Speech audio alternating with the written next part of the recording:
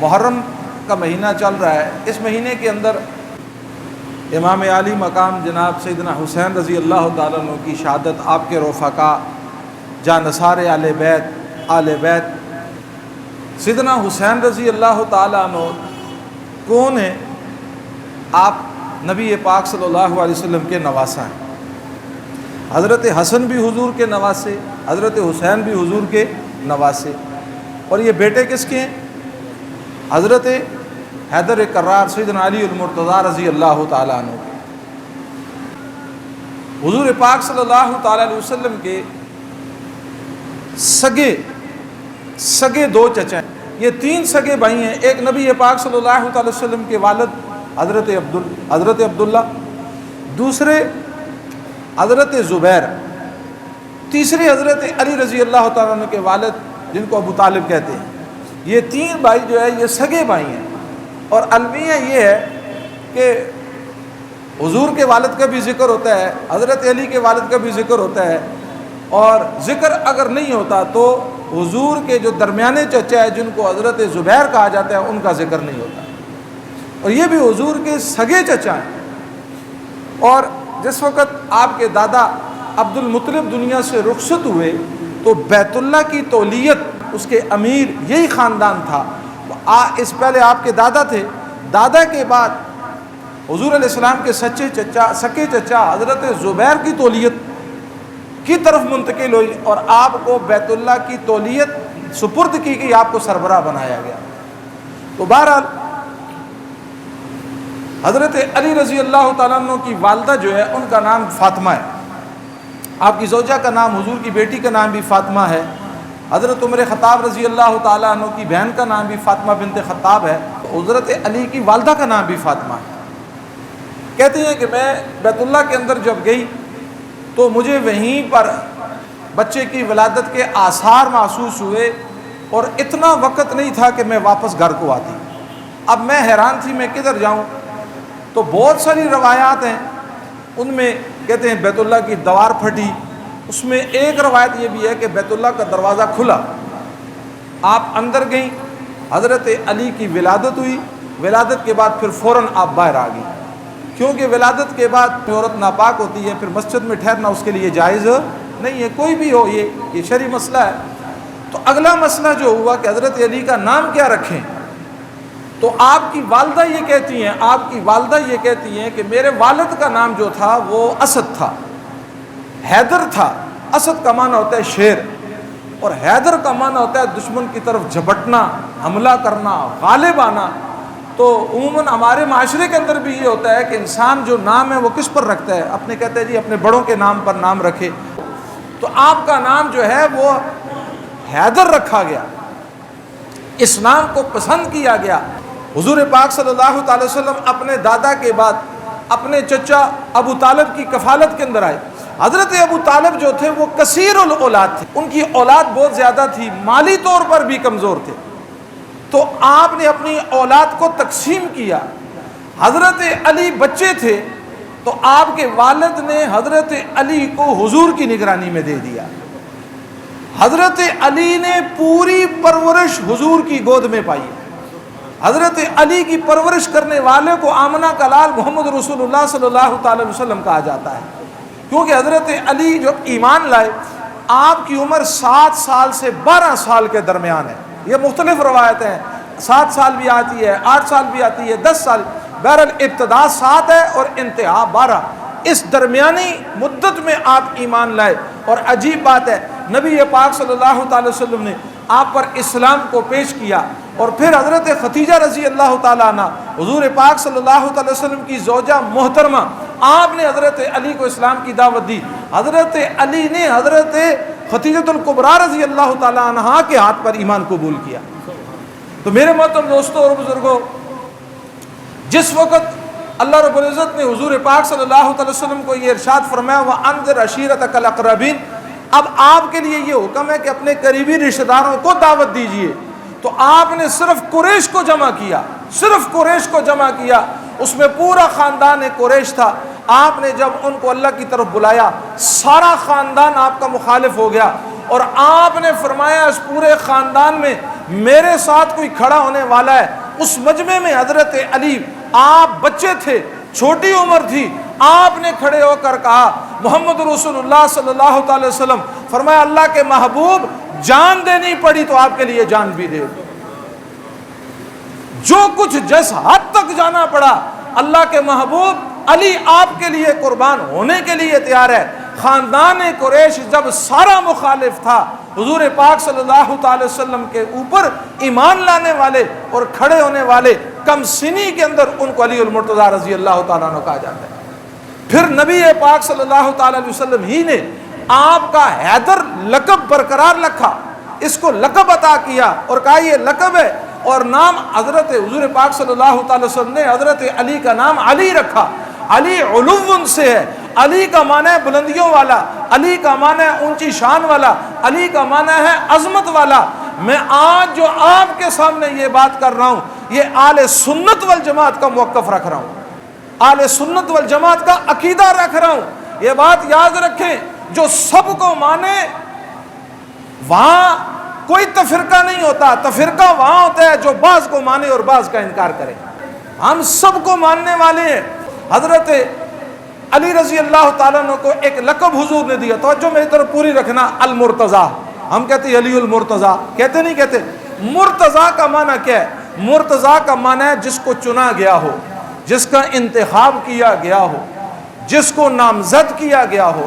اس مرتضیٰ لقب کو کس طرح میرے محترم دوستو کہاں کہاں پر اللہ نے یا نبی پاک صلی اللہ تعالی وسلم نے حضرت علی کو چنا, کس انداز سے چنا, کیسے چنا.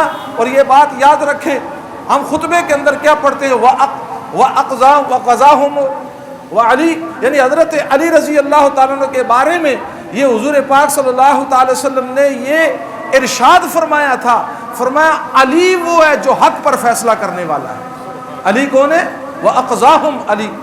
اب اس کا معنی جب یہ دعا حضور پاک صلی اللہ تعالی وسلم نے دی, حضرت علی کے قضات, چیف جسٹس, آپ کے فیصلوں کی ایک لمبی تفصیل ہے کہ آپ نے کہاں کہاں کون سا فیصلہ کیا.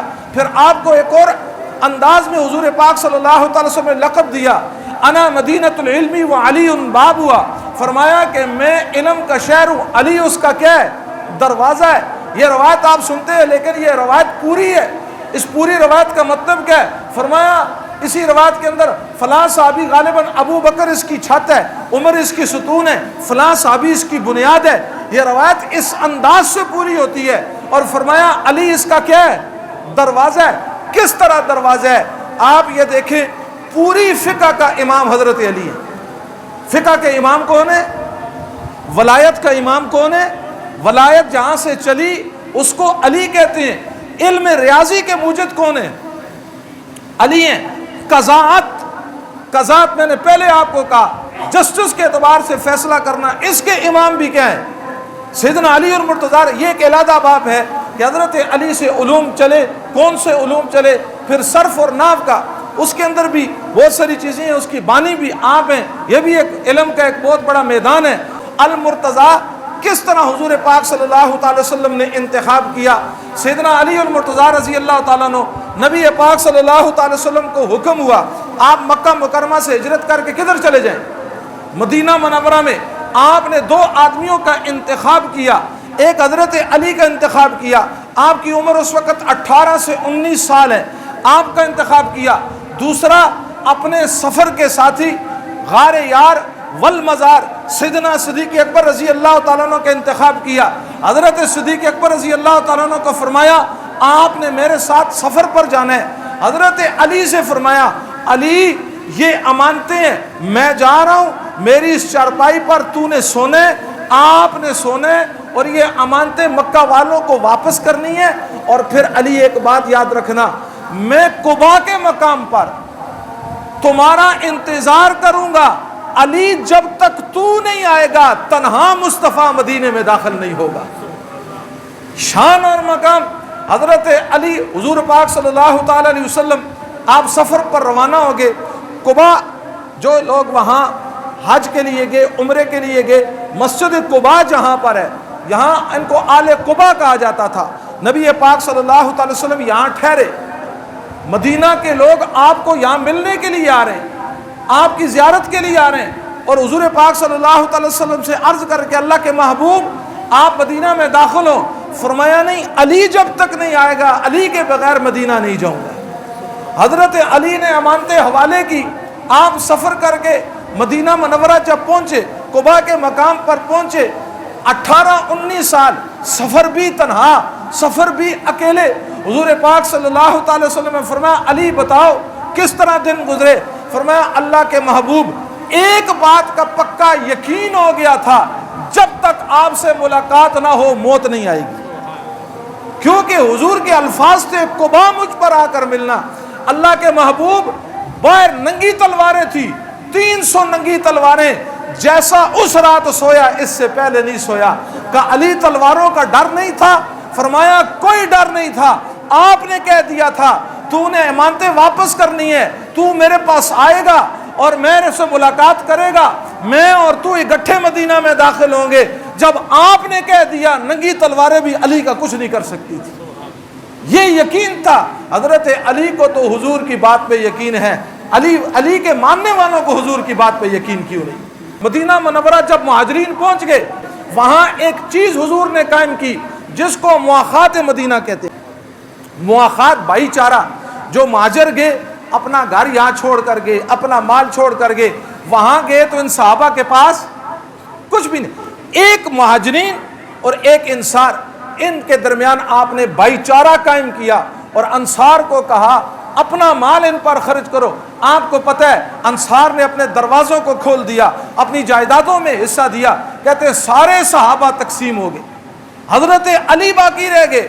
حضرت علی عرض کرنے لگے اللہ کے محبوب مجھے کس کا ساتھی بنائیں گے؟ آپ نے تاریخی جلمہ فرمایا انت اخی فی الدنیا والآخرہ، علی تو دنیا میں بھی میرا بھائی، آخرت میں بھی میرا بھائی ہے۔ پھر احد کا میدان ہے، پھر بدر کا میدان ہے، پھر اس میدان میں آپ نے کیسے جور دکھائے۔ حضور احد کا میدان ہے، آپ علیہ السلام زخمی ہیں، حضرت علی کو کہا علی ان کو مجھ سے دور کر، حضرت علی آئے اور کفار کے جتھے کو دور کیا، پھر حملہ ہوا، پھر کفار کے جتھے کو دور کیا، پھر آپ نے فرمایا علی انت منی و انا منکا، تو مجھ سے ہے میں تجھ سے ہوں۔ آپ نے یہ الفاظ کہے، جبرائیل آسمان سے آگے اور آ کر عرض کرنے لگے اللہ کے محبوب آپ نے علی کے بارے میں کیا کہا؟ فرمایا میں نے کہا علی مجھ سے ہے، میں علی سے ہوں۔ جبرائیل کہنے لگے انا منکما، میں تم دونوں میں سے ہوں۔ یہ بات یاد رکھو، ہم علی والے بھی ہیں، نبی والے بھی ہیں، ہم علی والے بھی ہیں، صحابہ والے بھی ہیں۔ ہمارا عقیدہ کیا ہے؟ میرا مسلک تو یہ ہے، حضرت زکریا رحمت اللہ علیہ، شیخ زکریا رحمت اللہ علیہ، شیخ الحدیث، آپ کی کتاب فضائل اعمال کو میرے اللہ نے وہ قبولیت عطا کی ہے جو ساتوں بر اعظموں کے اندر پڑھی جاتی ہے۔ جس کتاب کو ساتوں بر اعظم کے اندر پڑھا جا رہا ہے، ایسی قبولیت۔ 10 محرم کا دن ہے، آپ نے اپنے متعلقین کو جمع کیا، آپ بہت بڑے شیخ تھے، آپ کے مرید جمع ہو گئے، آپ نے مریدوں سے پوچھا آج 10 محرم ہے، آل بیت کٹ گئے اور ذبح ہو گئے، بتاؤ آل بیت کے لیے کیا کچھ کیا؟ سارے خاموش ہیں۔ پھر کہنے لگے 1 محرم سے لے کر 10 محرم تک روزانہ 1 قرآن آل بیت کے لیے پڑھ رہا ہوں۔ کہا پھر اگلا جملہ، میرے نبی پر اس سے بڑھ کر کچھ اور زخم نہیں لگا ہوگا، ہم آل بیت کے لیے کچھ بھی نہیں کر سکتے، قرآن پڑھ کے ہدیہ تو کر سکتے ہیں۔ یہ میرا اور آپ کا عقیدہ ہے۔ حضرت حسین نے 3 بد دعائیں دی تھی، یا اللہ جنہوں نے مجھ سے مدینہ چھینا ان سے مدینہ چھین لے، یا اللہ جنہوں نے مجھ سے قرآن چھینا ان سے قرآن چھین لے، یا اللہ جنہوں نے مجھ سے نماز چھینی ان سے نماز بھی چھین لے۔ اب بتاؤ میں اور آپ مدینہ جاتے ہیں نہیں جاتے؟ ہماری اولاد میں حافظ قرآن ہے یا نہیں ہے؟ ہم مسجد میں نماز پڑھتے نہیں پڑھتے؟ الحمدللہ کا ہم حسینی ہیں۔ ہم کون ہیں؟ ہم حسینی ہیں۔ ہم کون ہیں؟ علماء آل بیت ہیں، جن کی شان اور یہ عظمت اور یہ مقام ہے۔ حضرت علی کا نکاح ہو رہا ہے، حضرت فاطمہ کے ساتھ حضور نے علی کو بلایا، کہا علی تیرے پاس کچھ ہے؟ کہا کیا؟ کہا اللہ کے محبوب ایک تلوار ہے، ایک گھوڑا ہے، ایک زر ہے۔ آپ نے فرمایا تلوار میدان جہاد مرد کا شیوا ہے، تلوار کو پاس رکھو، گھوڑا بھی جہاد میدان کا آلہ ہے، زرہ لے آؤ۔ حضرت علی زرہ لائے، فرمایا جاؤ اس کو جا کر بازار میں بیچو، جو پیسے ملے وہ میری بیٹی کا حق مہر ہے۔ حضرت علی کو کہا بارات کے اندر 6 آدمیوں کو لاؤ، 3 انصار میں سے 3 مہاجرین میں سے کالے گھوڑے پر سوار ہو کر آئے۔ اس گھوڑے کی مار پکڑنے والے کو سلیمان فارسی کہتے ہیں۔ آپ 6 صحابہ جن میں حضرت ابو بکر، حضرت عمر ہیں، حضرت عثمان ہیں، حضرت علی ہیں، حضرت طلحہ ہیں، حضرت زبیر ہیں، یہ 6 آدمیوں کا بارات، 7 سلیمان فارسی ہے۔ مسجد نبوی میں آتا ہے، نکاح کی مجلس سجتی ہے اور عرش والے سے امام الانبیاء پوچھتے ہیں ربا بیٹی میری کا نکاح ہے، تو بتا گواہ کون ہو؟ جبرائیل وہی لے کر آتے ہیں، نکاح بھی آلہ ہے گواہ بھی آلہ ہے، کہ کون ہوں گے؟ فرمایا ابو بکر کو گواہ بناؤ اس نکاح کا، عمر کو گواہ بناؤ اس نکاح کا۔ کیا شان ہے آل بیت کی، کیا شان ہے میرے محترم دوستوں اور بزرگوں اس خاندان کی۔ ہم کچھ بھی نہیں ہیں، ہماری آل بھی آل بیت کے قربان، ہماری جان بھی آل بیت پہ قربان۔ ہاں یہ اس پر اللہ کی ذات کا شکر ادا کرو، اے اللہ تو نے ہدایت اللہ کے ہاتھ میں۔ حضرت آدم علیہ السلام کو دیکھو، اللہ نے جنت سے اتارا، سری لنکا کا مقام کہاں ہے؟ حضرت آدم ہزاروں سال روتے ہوئے میدان عرفات میں پہنچے، کس کو پکارا؟ ربنا ظلمنا انفسنا وان لم تغفر لنا۔ ربنا آدم اللہ کو پکار رہا ہے، یونس مچھلی کے پیٹ میں کس کو پکار رہا ہے؟ لا الہ الا انت اللہ کو پکاریں۔ حضرت ایوب سے حضرت یوسف جدا ہو گئے اور کیا کہہ رہے ہیں؟ انما اشکو وبثی وحزنی الی اللہ۔ اے اللہ میں اپنا غم اور درد کسے سناتا ہوں؟ بنی اسرائیل کے امام ہیں آپ۔ حضرت ایوب بیماری میں کسے پکار رہے؟ حضرت ابراہیم آتش نمرود میں کسے پکار رہے؟ میں جب دیکھتا ہوں قرآن کے اوراق میں 1.25 لاکھ نبی اللہ کے سامنے دامن پھیلا کر اللہ کو مشکل کشا، حاجت روا، اللہ کو میرے محترم دوستو اپنا سب کچھ بناتے ہوئے اسی کے سامنے مجھے اپنا دامن پھیلاتے ہوئے نظر آئے۔ اے اللہ میری کیا حیثیت ہے؟ اے اللہ میں اس بات پہ تیرا شکر ادا کرتا ہوں تو نے عقیدہ توحید بھی عطا کیا اور آمنہ کے لال کے دامن سے وابستہ بھی کیا ہے۔ یہ نعمت ہے یا نہیں؟ اس پر اللہ کی ذات کا شکر ادا کرو۔ دعا فرمائیں اللہ پاک مجھے اور آپ کو عقیدے کی پختگی نصیب فرمائے، ہماری اولاد اور نسلوں کو عقیدے کی پختگی نصیب فرمائے۔